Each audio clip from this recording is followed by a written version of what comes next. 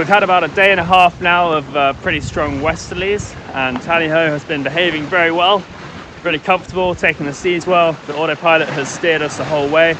We've had the trysail up and the jib and the staysail, and we've made over 200 miles per 24 hours, so making good speed. But the wind has eased up now, the warm front has passed us. We've still got a bit of some moderate to large seas, so the boat's rolling around quite a bit, but we need to get the trysail down and get the main back up to get a bit more power, a bit more speed, and hopefully a bit more stability as well. We've taken this opportunity to replace the peak halyard because we had a bit of serious chafe on it, and do a few other things while the main's been down. And yeah, we're gonna get up and then drive and try and head a bit further north to get some more winds, because this system is going to continue to ease. This wind is going to continue to die, and we might be left in very light winds again pretty soon. This is very surreal. It's like a scene out of Narnia.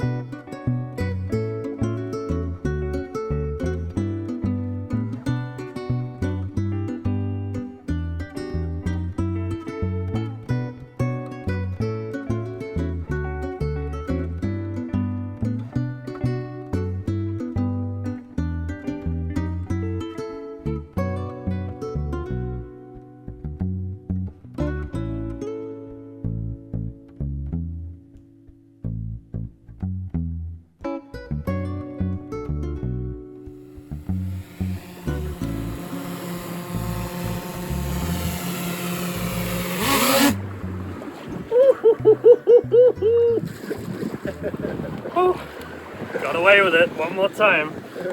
No fingers lost.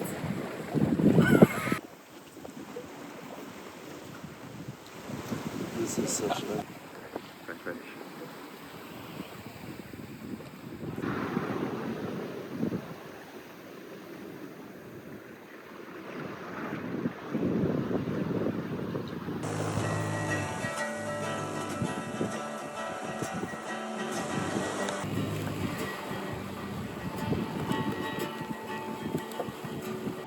So we had a little issue with some chafe on the peak halyard. Chafe is always one of the biggest challenges on a long ocean crossing, especially on a traditional rig. And there's lots of little bits of chafe happening all over the place, and one of our main jobs is just to keep an eye on it, prevent it when possible, monitor it and replace things when needed. So here you can see these are the chafe guards strips that we put on the gaff. So the wind just died while I was up here, and the boat started rocking around a bit.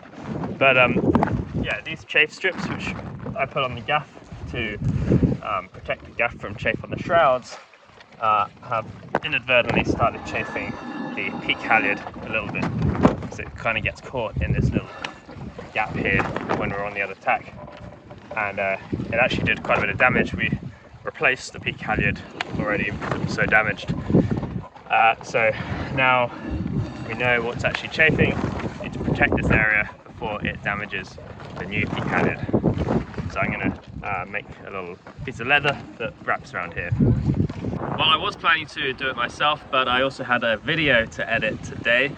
So Louis has done the work of cutting out the leather for the chafe protection on the gaff, and right now he's up the rig stitching it on.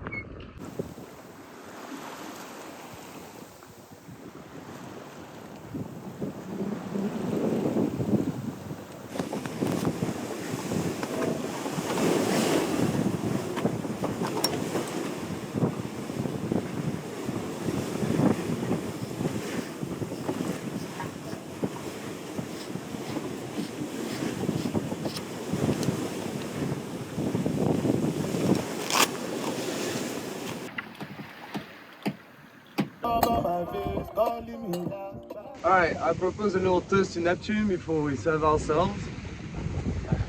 So this one is to the breezes that lift the girl skirts above their knees, to Jesus. Very good. So we just crossed the halfway mark between Florida and Falmouth a few minutes ago. It's halfway by distance, not by time, so we might still be out here a little while. But just having a little drink to celebrate while the weather's good and things are calm.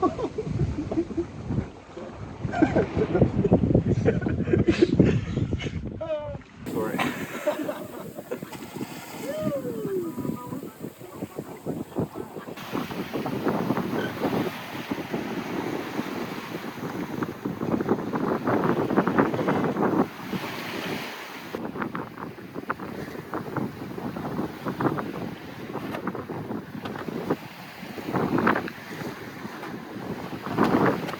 So it's Monday the 20th of July and I've had a really good few days since my last video. At the end of that video we were running downwind in force 6 to 8 gale strength winds and had the trysail up. Since then we've had some really a real variety of conditions. A couple of days ago we noticed it really felt like we were entering a different sea area, entering the North Atlantic I guess. The temperature felt a lot cooler. The water temperature went down a lot and the air was just this real, very dry, cold air, which was really refreshing. And especially after some time in Florida and nearly a year now, up until recently in the tropics for me, it felt really novel and refreshing and very nice to be cool and even cold. And it's been a few days and that novelty hasn't worn off yet, although it has been getting really quite chilly on night watches. I had to dig out my cold weather clothing and blankets and so on.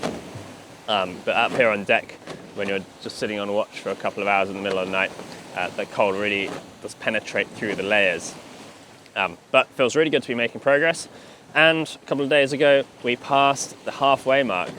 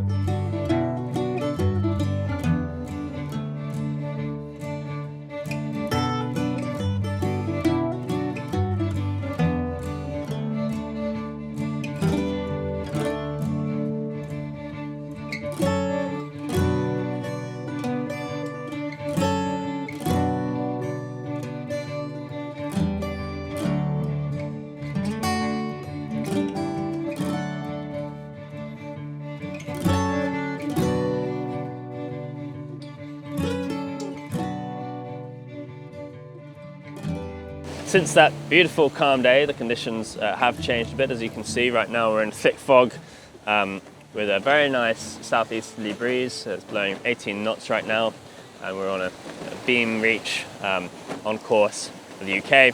Very happy with these conditions. I've got the radar on because the visibility is so bad, and of course the AIS is always on. But we're making, I think, about 8 knots in the right direction for once, so that's really nice. The last few days have been a little bit light and variable again after the strong winds, so we were tacking upwind for a day or so and then completely becalmed for a little while, used the engine a little bit, but again we're being very careful with that, trying to only use it when we need to charge the battery. So yeah, another thing, some people after the last video were asking about life jackets and when we use them, when we clip in and so on. The rule that we've been using on this boat, on this trip, is that you wear your life jacket if the sails are reefed, so that indicates that there's stronger winds. If it's nighttime, if it's dark, or if you're working alone on deck outside the cockpit. And so right now I'm alone on deck. I'm in the cockpit, but I'm about to leave, so I've got my life jacket on. But in very calm situations when there's more than one person on deck, I'm comfortable with people making their own choice about if they want to wear their life jacket then or not. We also clip in, we have tethers on our life jackets, and there's jack lines around the boat, so I can clip in here in the cockpit and then I can run this all the way up to the front of the boat. Right now I'm about to go up forward to do a whipping. I had to cut a line short up there, and a whipping is just this. So when you wrap and tie a piece of twine around the end of the line to hold it together and stop it fraying. And it's the more traditional way of doing that rather than cutting it with a hot knife. And it looks smart, and you can color code them for different things. And it's nicer, I think, to have a softer end than the sort of hard, glued, melted end that you get when you use a hot knife.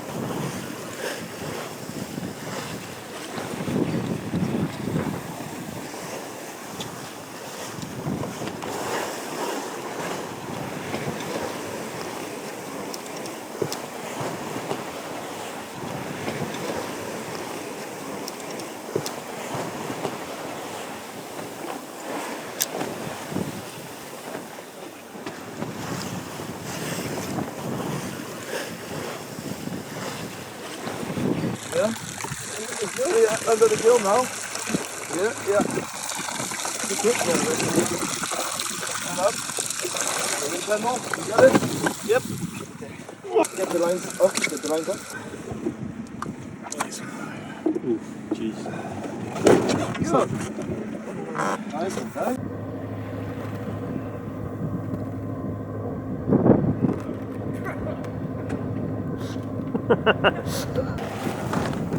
Tuna steaks, tuna sashimi, fucking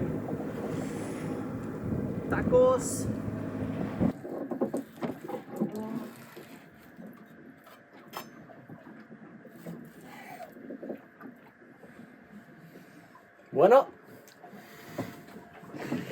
Muy bueno. ceviche. We're mixing it with a little lime. Now we let it soak in the fridge. Then we mix it with some corn and tomato, and then we eat it with nachos. Tuna's going in. Oh yeah.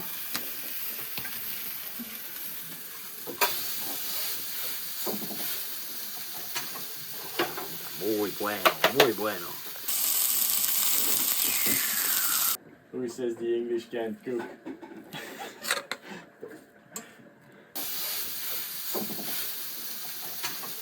All right, what do we got here, Chefry?